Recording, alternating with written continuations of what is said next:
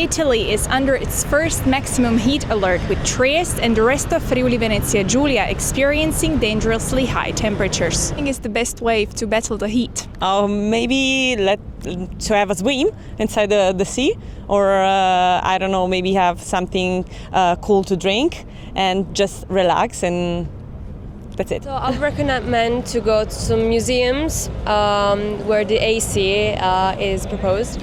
And also supermarkets are a great idea to just walk around and defeat this tremendous heat here in Trieste.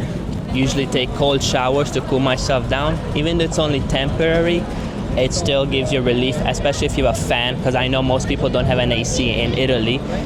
Obvious, the air condition, and open the windows to let just the come si dice vento che non mi ricordo. The wind go through the office or in the house.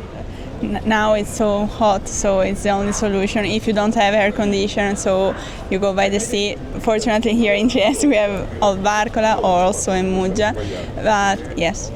My opinion is consuming lots and lots of water and ice if you have, and to be honest, just being more eco-friendly, because it's just getting worse and worse if we continue like this, so yeah.